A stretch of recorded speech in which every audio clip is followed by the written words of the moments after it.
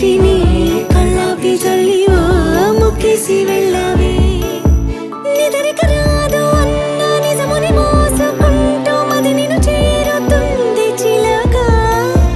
తనకొక తోడులాగా వెనుకని సాగుతుంది హృదయము రాసుకున్న లేఖ